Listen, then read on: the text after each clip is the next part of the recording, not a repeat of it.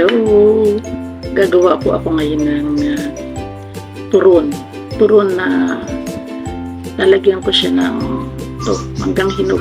Bagsak dito sa mga mangga namin na overripe na sa taas. Nalalaglag na kasi. Sayang naman, di ba? O, hinog sa puno. Yan mango siya. Pero kumbaga, yung kanyang panahon ng pagiging manibalang lipas na. Kaya nagkahihinog na ngayon, nagkakabagsakan na. Sayang naman, di ba? O, edi akin siyang ilalagay sa aking gagawing turon. Turon na saging.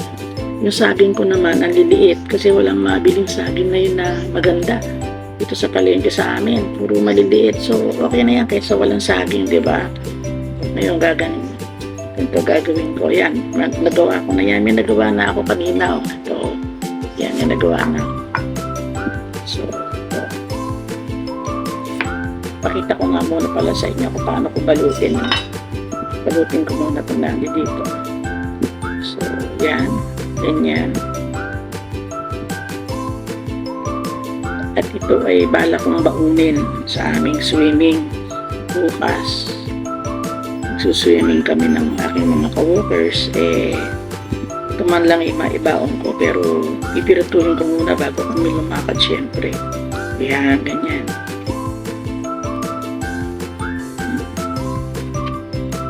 Tapos syempre meron kang dapat may sausawan ng tubig. Wala yung sausawan kong tubig. Nawala na pala yung sausawan kong tubig. Sorry. Paano didikit? Siyempre kailangan dumikit. O yan. Kailangan siyang dumikit. Kung hindi pa siya nadikit, kaya pahiram natin ito. Tinatamad akong tumayo eh. Ayan.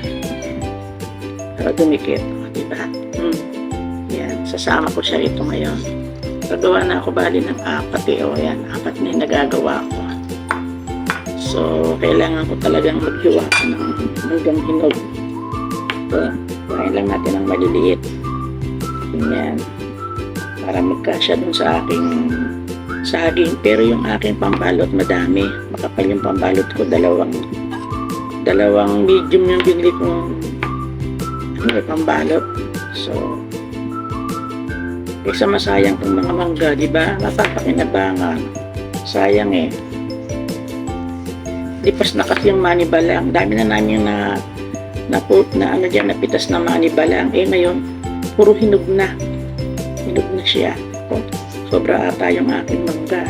Nakakulangin ako sa saging, di bali. Wala na akong mabiling saging. Ito pa, sarap. Ito, maganda to. Medyo nag-aagaw yung manibalang tsaka yung hinog. So, ito, magbabalot pa rin ulit ako. Pinati ko itong dalawang maliit na saging para medyo lumaki-laki. Pinati ko pa. Wala kasi akong makukong saging. Isang araw ko pa ito binili. Ma-overripe na. Ganyan. Yes, kaysa masayang yung overripe na saging tsaka yung overripe na mangga. Thank you for watching. See you on my next vlog. Bye-bye. May pipirito na po ako nito.